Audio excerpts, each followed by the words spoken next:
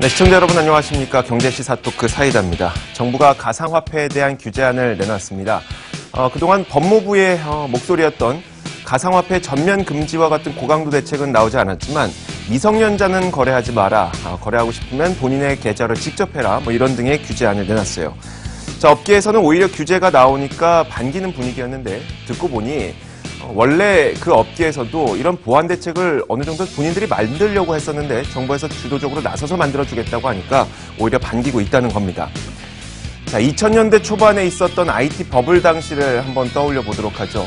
사실 그 당시에 이 버블이 꺼지게 되면서 수많은 투자자분들도 많은 눈물을 흘렸었고요. 증시에서도 꽤 큰 충격이 있었습니다만 이 시대의 네이버와 다음 같은 현재도 IT 산업을 이끌고 있는 그런 기업이 탄생한 배경이 되기도 했습니다. 그만큼 현재 가상화폐의 가열이 어떤 일을 일으킬지 모르겠지만 블록체인 산업을 발전시킬 수 있는 어떤 한 가지 티핑 포인트가 될 수 있다는 점은 또 인정을 해야 됩니다.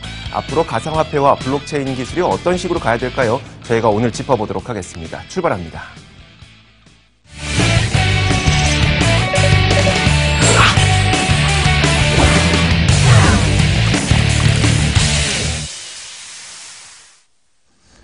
자, 오늘은 이 세 분과 함께 이야기를 나눠볼 겁니다. 건국대학교 IT금융학부 오정근 특임교수와 참좋은경제연구소 이인철 소장, 머니투데이 방송 김희슬 기자 함께하도록 하겠습니다. 어서 오세요. 자, 오늘의 주제부터 공개하도록 하겠습니다. 첫 번째 주제입니다. 만나보시죠. 가상화폐 대책 이후에도. 일단 김희슬 기자가 지난 13일에 발표됐던 그 가상화폐와 관련된 정부의 대책이 어떤 게 나왔는지 좀 정리해 주세요. 네, 이번 13일에 정부가 규제 대책을 내놨습니다. 이 가상화폐 투자자들의 반응은 일단 안도의 한숨을 내쉬면서 이 저강도 규제안이다 이렇게 평가하고 있습니다. 이 정부 가상화폐 TF 주무부처인 법무부가 이 그동안 주장해왔던 거래 전면 금지가 빠졌는데요. 한마디로 요약을 하면 이 안전한 생태계가 보장이 된다면 이 전제하에 이 거래를 허용하겠다라는 겁니다. 이 새로운 규제 내용을 보면 이 미성년자와 외국인의 거래를 금지했습니다. 네. 이 얼마 전에 논란이 됐던 이 한 고등학생의 하드포크 사기극부터 시작해서 이 이상가열이 학생에게까지 영향을 미치고 있다는 판단에서입니다. 이 앞서 정부 합동 대책에서도 얘기가 나왔던 것처럼 이 은행들이 이용자가 확인이 된 이 본인 계좌에서만 입출금이 되도록 이렇게 관리하도록 조치를 했습니다. 이 소비자 보호를 위해서 이 거래소에 대한 규제도 본격화한다는 방침인데요. 정부는 현재 4개 대표 거래소의 약관을 심사하면서 이 불공정 여부에 대한 직권 조사를 실시하고 이 개인정보 유출 등 이 지속적으로 법규를 위반한 거래소 영업을 중단시키는 강수를 두기로 했습니다. 사실 그 가상화폐와 관련된 태스크포스가 법무부의 주체로 넘어갔었는데 법무부에서는 가상화폐 거래는 전면 금지해야 된다는 취지를 갖고 있지 않았습니까? 근데 이 내용은 이번에 빠졌어요. 왜 그랬습니까?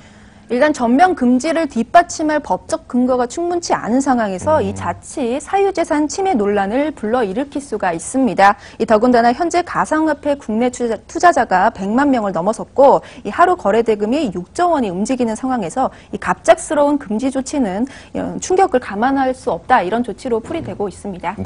소장님께서도 혹시 왜 전면 금지가 빠졌는지 그리고 이 정도의 대책이 왜 나왔는지에 대해서 혹시 첨언하실 것 있습니까? 요즘 그 막년에 하셨어요? 송년회요? 네, 송년회. 이제 막 시작하고 있죠. 시작하고 있죠. 막년에 건배사에 비트코인 관련 신조어들이 등장하고 있습니다. 그 정도예요? 가즈아라고 들어보셨어요? 네, 네. 가자라는 말, 비트코인이 더 오르길 기다린다라는 말이라고 네네. 합니다. 여기다 코린이라고 신조어가 나타났어요. 코린이. 무슨 말입니까? 비트코인의 코인, 네. 어린이의 합성어입니다. 그러니까 가상화폐에 멋모르고 투자했다가 손실 본 투자자를 얘기한다고 합니다. 네. 그런 거 되지 말자라는 얘기거든요.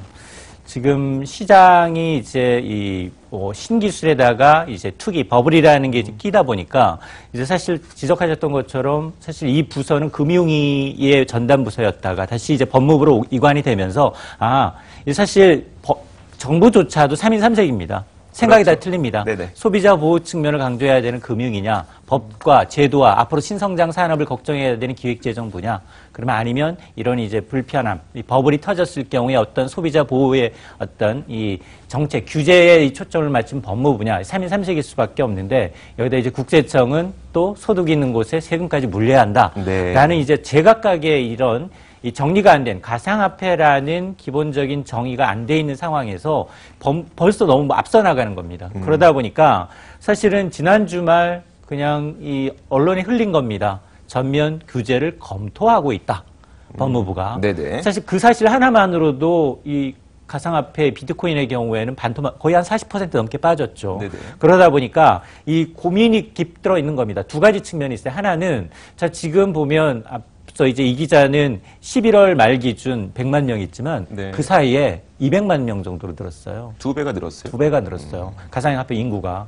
그러면 실질적으로 이 사람들한테 전면 규제를 하게 되면 이 사람들 어떻게 될까? 네. 실질적으로 거래를 못 하게 되면 암암리에 해외 계좌를 빼거나 아니면 지금 뭐 또 다른 남의 타인의 명의에 된 이 계좌를 이용하거나 이럴 수밖에 없는 상황이죠. 그러니까 현실적인 측면이 하나가 있고요. 또 하나는 자 이거 그러게 되면 지금 아직 이제 비트코인이나 가상 암호화된 화폐에 대한 정의가 없는 상황에서 당장 규제하겠다? 그럼 앞서 이제 이 기자가 지적했던 것처럼 법적 근거가 없는 상황에서 내 재산을 왜 국가가 나서서 이래라 저래라 하느냐라는 얘기가 나올 수밖에 없는 대목입니다. 이러다 보니까 또 여기에다 이제 기획재정부의 경우에는 이거를 전면 규제했을 경우 오히려 글로벌 지금 분위기는 대부분 이제 이 가상화폐, 암호화된 화폐를 좀 이 신성장 동력으로 네네네. 보고 이 산업을 좀 키우려는 분들이 많은데 이게 또 영향을 받을까봐 우려하는 부분이 있다 보니까 최악을 피하고 네네. 차선을 선택한 겁니다. 교수님, 지금 정리 안 된 상태에서 나온 대책이긴 하지만 두 가지 목적을 달성을 해야 된다고 생각이 들거든요. 가상화폐가 과열되고 있다는 것은 누구나 인정하니까 그 과열은 좀 잠재워야 될 것 같지만 두 번째 목적인 블록체인 기술이 갖고 있는 잠재 능력을 좀 개발해야 된다는 것도 좀 이번 규제로 인해서 목적을 달성할 수 있을까 싶은데 평가 어떻게 하십니까? 일단 이제 지금 말씀하신 대로 이제 그걸 생각하는데 만약 이렇게 생각해보면 됩니다. 우리가 만약에 미국에 있는 어떤 그 사업자하고 저하고 둘이서 블록체인을 통해서 계약을 맺었어요. 네. 간단히 얘기하면 아마존에서 내가 책을 하나 사는데 블록체인으로 계약을 했습니다. 그러면 블록체인은 해킹이 불가능한 것이기 때문에 책을 사오는데 아무 문제가 없습니다. 네네. 그런데 결제는 기존에 블록체인 하면 당연히 가상통화 비트코인이나 이런 걸로 결제하면 그 순간 결제가 되어버려서 아무 문제가 없는데 네네. 결제는 달러로 결제한다. 그러면 다시 은행 가서 그렇죠. 은행 송금 거쳐야 되고 지금 시스템을 거쳐야 됩니다.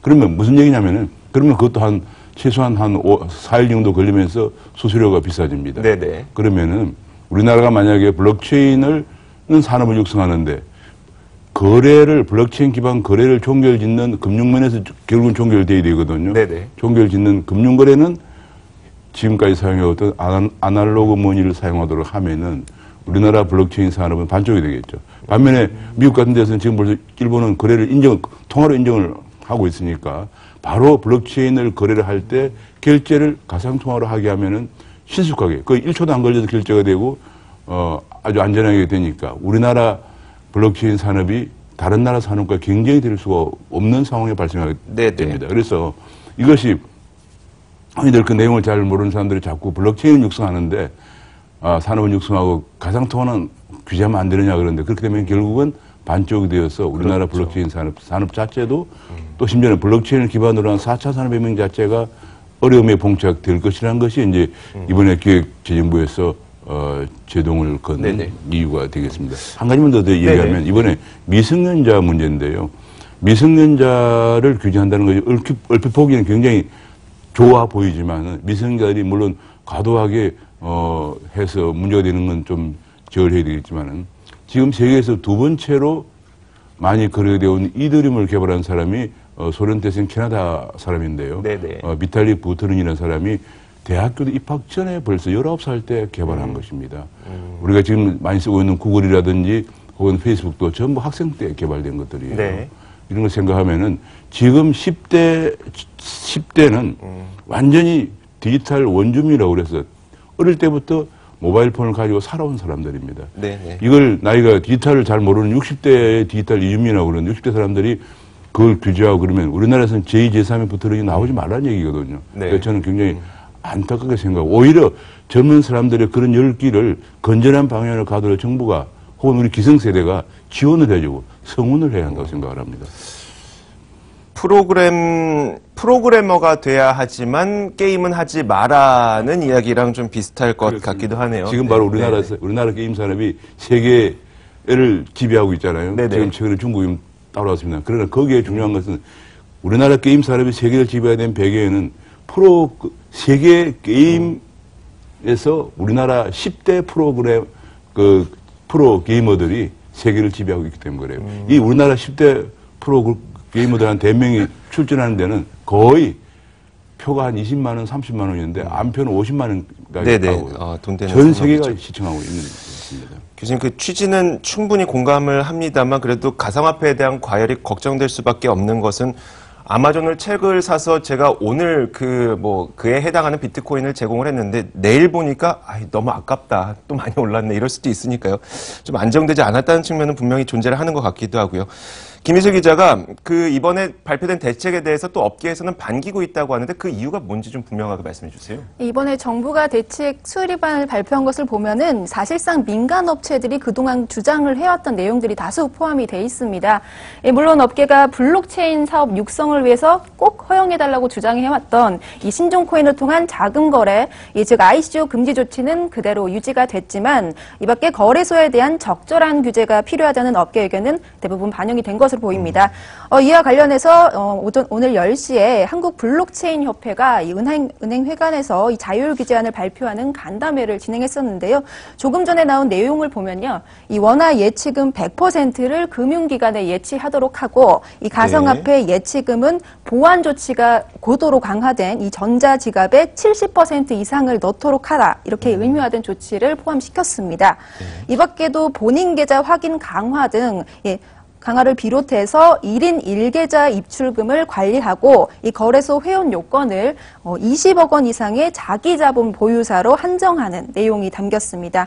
결국 믿을 만한 거래소를 옥석을 가리겠다 이런 의도로 풀이가 됩니다. 비트코인과 같은 가상화폐에 대해서 투자하고 싶은 소액 투자자 입장에서는 딱히 변하는 건 없는 거네요.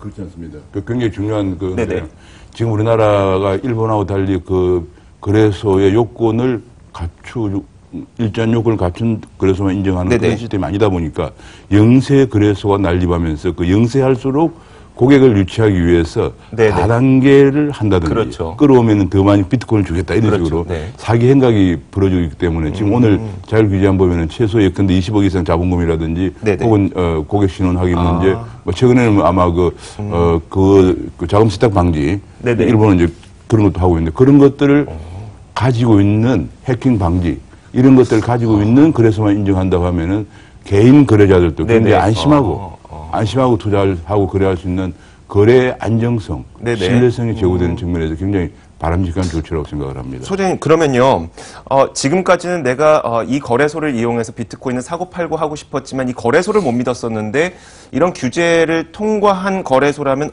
좀 믿고 거래해도 되겠다라면서 오히려 가상화폐 거래가 조금 더 활성화라고 얘기해야 될지, 과열이라고 얘기해야 될지 모르겠지만, 아무튼 더 활성화될 수도 있지 않습니까? 일단 이제 업계하고 이제 투자자들이 반기는 건 최악은 이제 거래를 못 하도록 러시아나 중국처럼 거래소를 전면 차단해 버리는 경우였습니다. 그럴 경우에는 불법적으로 해외 거래소에 계좌를 튼다든거나 그럴 경우 또 외화 밀판출의 또 본의 아니게 또 이제 외환법에 걸릴 수도 있기 때문에 여러 가지 이제 부작용이 나올 수 있는 부분은 피했는데 말씀하신 것처럼 이 거래소에 대해서도 약간의 규제를 가하고 있습니다. 이제 보안이라든가 그리고 이제 예탁금의 보안 그리고 이제 그동안 문제가 됐던 이 서버 과부하로 인한 한꺼번에 신규 이제 IPO가 발생할 경우 서버 과부하로나 거래가 폭발적으로 늘어나게 되면 사실 이 대책이 발표났던 지난 이틀 전에도 국내 최대 거래소에서는 서버 과부하로 1시간 동안 30분 동안 거래가 정지된 바가 있거든요. 이게 계속 매번 반복되는 행위예요. 분명 증설했다라고 하고 이 거래소의 경우에는 하루 평균 이 수수료 수입만 거의 30억 원에 달한다고 합니다. 그럼에도 불구하고 계속 이런 이제 국내 최대 거래소라고 하는 이 거래소조차도 아직은 서버 용량을 지금 처리를 못하고 있는 상황이거든요. 이것에 대한 어떤 가이드라인을 주고 그걸 위반했을 경우 철퇴시키는 안은 분명히 안정적인 그 거래에는 도움이 됩니다. 그러나 이 전반적으로 봤을 때 지금 우리가 혼동하고 있는 것이 블록체인이라는 기술이 가상화폐다. 네네. 잘못 인식하고 있다는 거예요. 그러니까 블록체인의 가상화폐는 일부분일 뿐입니다. 네네. 블록체인이 활용할 수 있는 응용 분야는 무궁무진하다라고 하는데 이걸 가상화폐 규제가 그 블록체인을 없앤다라고 생각하면 안 된다는 거죠. 그렇죠. 그러니까 프로그래머를 양성하되 이 지금 이제 독버섯처럼 좀 너무 빨리 커지고 있고 시장을 너무 이제 과열화시키면서 네네. 정말 페인을 만들고 이런 사람들에 대한 어떤 소비자 보호 대책 측면의 적이지 블록체인 기술이라는 건 금융뿐만이 아니라 물류, 네. 의료, 정보통신 이 부분에 무궁무진하게 지금 태동할 수 있는 부분이 많기 때문에 글로벌 IT 기업들이 계속해서 투자하고 있는 부분이에요. 네. 근데 그걸 우리는 가상화폐 시장이 너무 비정상적으로 커져서 이게 전부가 블록체인 기술이 이 가상화폐인 마냥 너무 네. 자칫 오해하고 있다는 겁니다. 교수님, 그냥 산업 발전 측면에서만 봤을 때요. 사실 지금 사설 거래소를 운영하고 있는 여러 뭐 벤처 창업가들이 많이 있지 않습니까? 근데 그 기업인들 입장에서도 생각을 해보면 사실 이게 우리나라에서 내가 지금 사업을 하고 있는 가상화폐 시장을 앞으로 어떻게 바라볼지 모르는 상태에서 투자를 막대하게 해서 서버를 늘리고 보안시설을 막 강화하기에는 좀 무리가 있을 것 같다는 생각도 들어요. 투자 자체가 어려울 수 있다는 거죠. 앞길이 안 보이니까. 그러다 보니 오히려 투자가 안 되고 그래서 서버에 대한 어떤 이런 불만족, 손해라든지 아니면 보안에 대한 취약성이 나오는 건 아닐까라는 생각도 좀 들고요. 그래서 그게 초기 투자자들의 네네. 문제점인데요. 그래서 뭐든지 이제 이 벌써 비트코인만 하더라도 지금 가격이 얼마 뭐 굉장히 많다고 하지만은 2009년도에 개발된 겁니다. 네네. 지난 7년 동안 거래가 안 됐거든요. 네. 금년까지 초까지 거래가 안 됐습니다. 그러면 2009년도에 개발될 때 이게 아마 그럴 때 그 사람들은 2009년 되면 딱 그냥 뭐 자고 나서 한 건 아니잖아요. 네네. 수년 동안 연구를 해서 개발한 거거든요. 그리고 이것이 굉장히 불확실한 상태에서 초기에 투자를 한 사람들이 있습니다.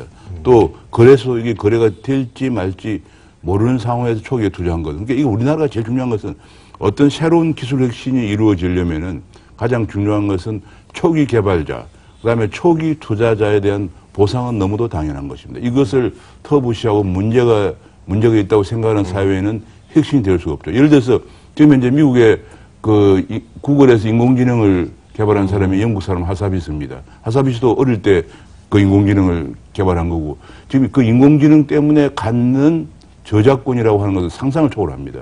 그건 전부 다 그 사람이 인공지능이 될지 말지 전혀 모르는 상태에서 오랫동안 연구하고 개발한 그런 것들은 제 요점은 모든 기술 혁신이 일어나는 배경은 초기 개발자와 연구자 그다음에 초기 이것이 될지 안 될지 모르는 상태에서 투자한 초기 투자자들에 대한 보상을 인정해주는 사회에서 기술 혁신이 가능하고 그것 때문에 경제가 발전한다. 그래야 창업도 가능해진다. 그렇습니다. 알겠습니다. 지금 이게 네네. 뭐 보면 가끔 뭐 언론에 보면 이번에 뭐 거래소나 이런 네네. 사람들이 돈을 많이 벌었다 뭐 이러시는데 아무도 거래소가 될지 안 될지 모르는 상태에서 그런 아까 얘기한 그런 투자를 하면서 네. 한 거거든요. 그걸 인정을 해주는 사회가 혁신을 거듭하면서 발전할 수가 있다고 생각합니다. 그런 생태계가 만들어지면 참 좋겠죠.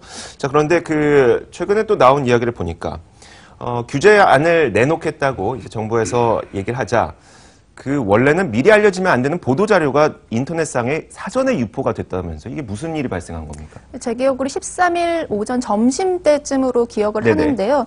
이 12시경에 이 정부 규제안이 온라인 가상화폐 커뮤니티에 공개가 됐습니다. 그래요? 이 당일 오전 9시 반경에 정부가 예정에 없이 갑작스럽게 가상화폐 관련 긴급 회의를 소집하겠다 이렇게 발표를 했었는데 네. 이 회의를 열고 기자들 사이에서는 오후 2시경에 이 대책안이 발표될 것이다. 즉 엠바고가 2시로 설정이 될 거다. 이런 얘기가 있었습니다. 네네. 저도 대책안 발표를 기다리고 있다가 이 2번 당황했는데요. 한 번은 이 미리 유출된 자료를 1시경에 받아보고 한 번 놀랐고 2시 이후 정부 공식 자료와 이 유출 자료가 일치한다는 점에서 또 한 번 놀랐습니다. 네.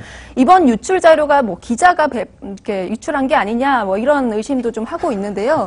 사실 이 정부 대책을 발표하기 나가기 전에 네네. 기자들한테 2-3시간 전에 자료를 미리 주는 경우도 있습니다. 네, 그런 근데 경우죠. 이번 경우가 좀 다른 게요. 이번은 이제 배포 즉시 기사 송출, 즉 네네. 엠바고 시점이 없었기 때문에 기자가 미리 자료를 받아볼 가능성은 적은 것으로 보이고 이번 유출 자료는 정부의 핵심 부처 일부 관계자들만이 이 사전에 확보한 것으로 알려지고 있기 때문에 이 공직사회 기강이 해이하다 이런 지적이 잇따르고 있습니다. 소장님, 일단 김희슬 기자도 기자니까 일단 기자의 가능성은 좀 낮아 보인다고 또 그래 보이기도 하고요. 2시 30분에 배포해서 즉시 이제 보도해달라고 했으니까요. 그러면 실제로 이 보도 자료를 미리 유포한 사람은 공무원일 가능성으로 점쳐지고 있는 건가요, 지금? 아마 이제 정부 부처가 주도하고 있는 각종 이제 기자 이런 이 갑작스러운 이제 이런 과정에서는 엠바고를 걸기 전, 그러니까 회의를 시작하기 전 10분을 모두 발언이라고 해서 네. 이제 기자들뿐만이 아니라 이제 자료 촬영하는 방송사의 이제 TV 기자들이 와서 촬영하게끔 허락을 합니다. 네네. 거기에는 딱 개괄적인 사항. 오늘은 가상화폐에 대해서 관계부처 19개 관계부처가 모여서 이러이런 걸 논의합니다. 네네. 라는 정도의 수제 개괄적인 내용. 1차 보도할 수 있는 내용만을 전달해 주고요. 네네. 그리고 난 다음에 다시 다 내보냅니다. 내보내고 자기들끼리 거기에 앉아서 그 내용에 세세한 수치를 또 맞추기 시작합니다. 그러면서 이제 확정된 보도 자료를 앞서 이제 2시 반이든 이제 실시간 거기서 현장에 배포하는 식인데 네네. 지금 만에 하나 이게 지금 어제 이낙연 총리가 굉장히 급노했거든요. 네. 저 정도라면 분명히 저기 안에 들어갈 수 있는 사람은 19개 부처 사무관하고 네네. 부처 차관급이에요. 네. 그 사람들만 뒤에서 앉아서 실무해야 되니까. 왜냐하면 자기 부처에서 해야 될 업무 로드가 분명히 다 있기 때문에 다 받아 적어가면서 우리는 이걸 해야 되겠구나. 그다음 이걸 이제 계산하고 있다는 겁니다. 네네. 그런데 그런 보도 자료가 이제 온전히 똑같은 보도 자료가 온라인 커뮤니티에 나갔다. 이 얘기는 그 내부에 있는 사람들 가운데 누군가가 하나 전송을 했거나 카톡으로 전송을 했거나 아니면 올렸다는 겁니다. 네, 그렇죠. 그러니까 우리가 지금 모를 수가 없어요. 이거를. 캐게 되면 분명히 누군가가 나옵니다. 근데 분명히 저걸 올렸다라는 건 그만큼 공직사회 내에서도 공무원들 중에서도 가상화폐 투자하는 사람이 있다. 왜냐하면 저 때 굉장히 많이 움직였거든요. 네네. 처음에는 지난 주말부터 전면 금지다라는 소문이 들었어. 그리고 이제 10시에 시작했다라는 소문이 도니까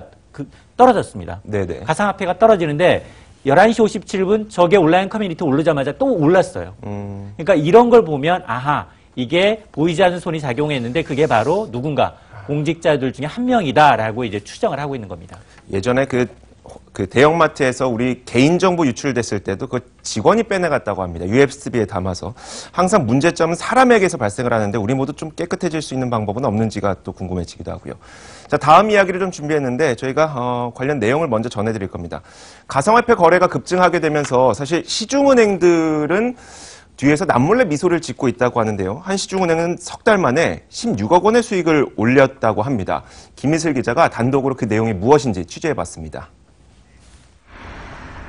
NH농협은행은 지난 9월부터 국내 1, 2위 가상화폐 거래소인 빗썸과 코인원에 총 130만 개의 가상계좌를 신규 발급했습니다.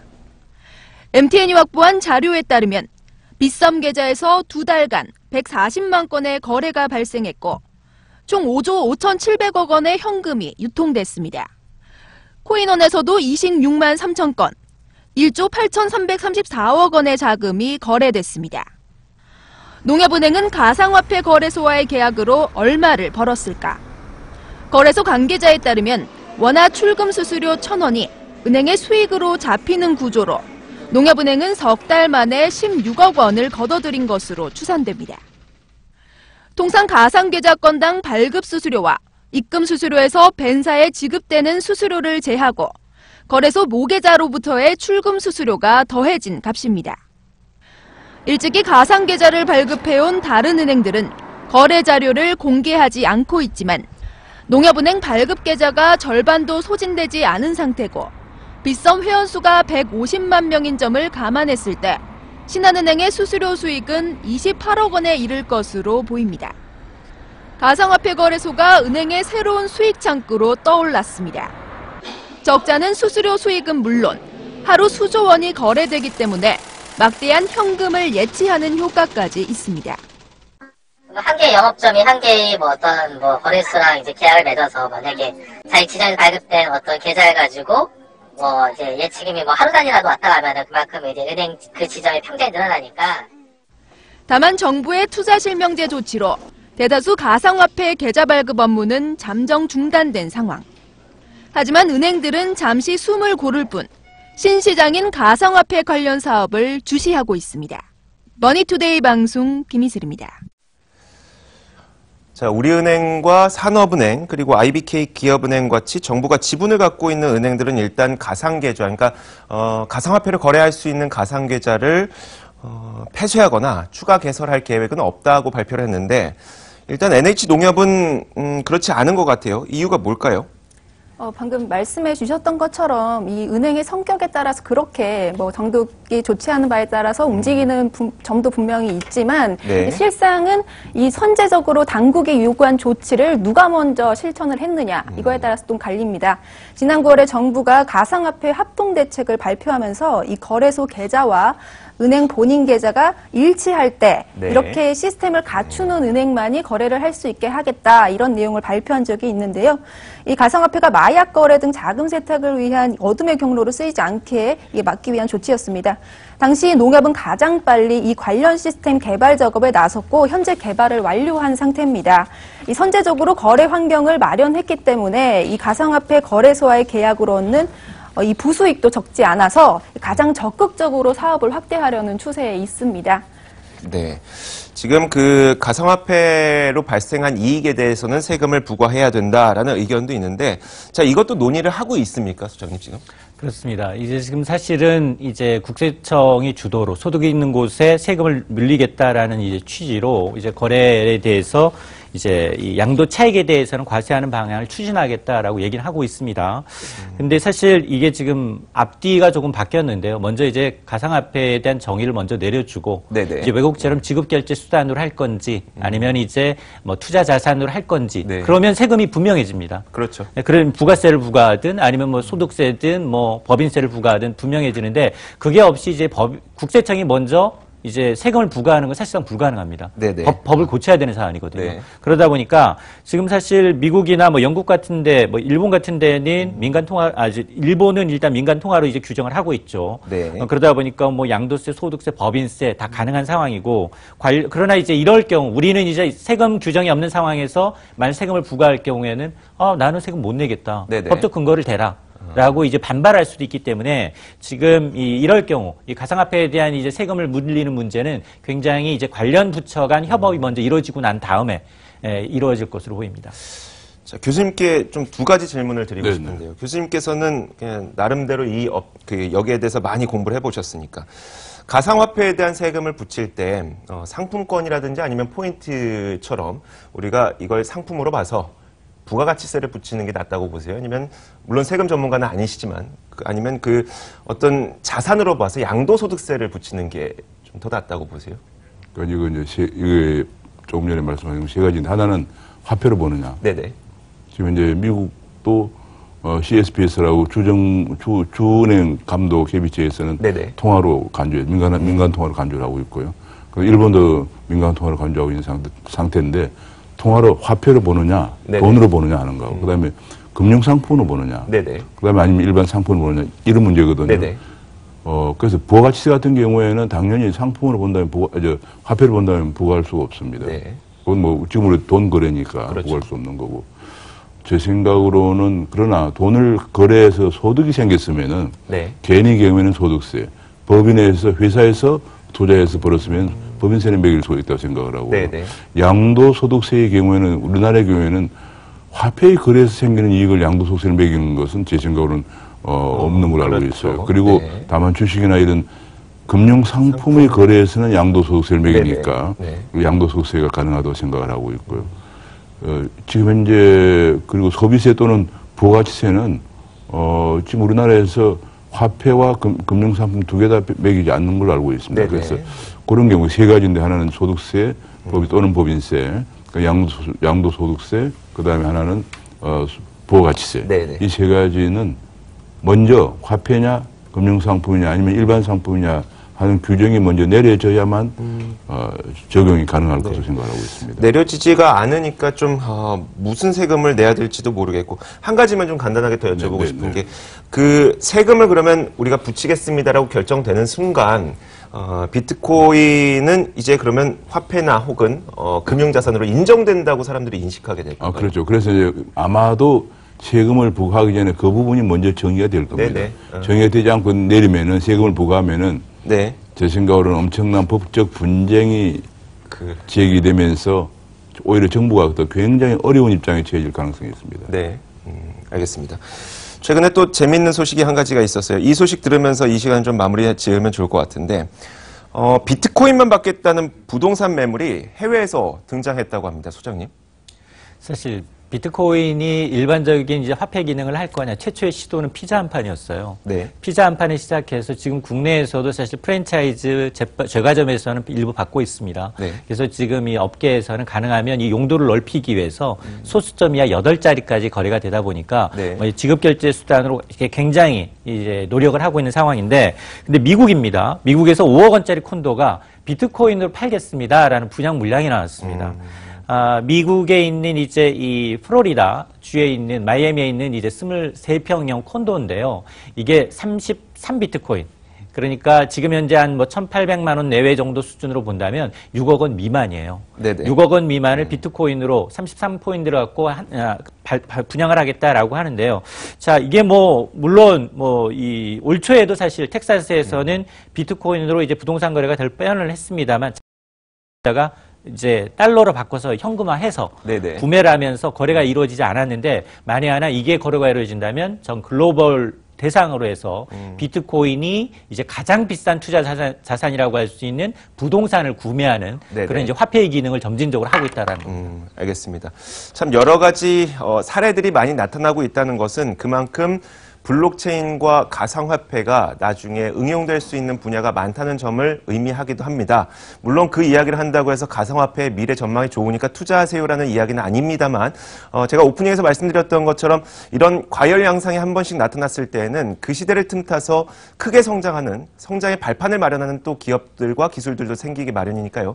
반드시 나쁘게만 볼 것도, 좋게만 볼 것도 아니고 그 사이에서 발생할 수 있는 손해만 좀 보완할 수 있는 대책들이 좀 계속 나와줬으면 좋겠습니다. 자, 오늘 이 세 분과 함께 이야기 나눠봤습니다. 건국대학교 IT금융학부 오정근 특임교수, 참좋은경제연구소 이인철 소장과 머니투데이 방송 김희슬 기자였습니다. 오늘 말씀 고맙습니다. 자, 이어서 오늘의 이슈도 짚어드리겠습니다. 이슈 파노라마 함께 하시죠.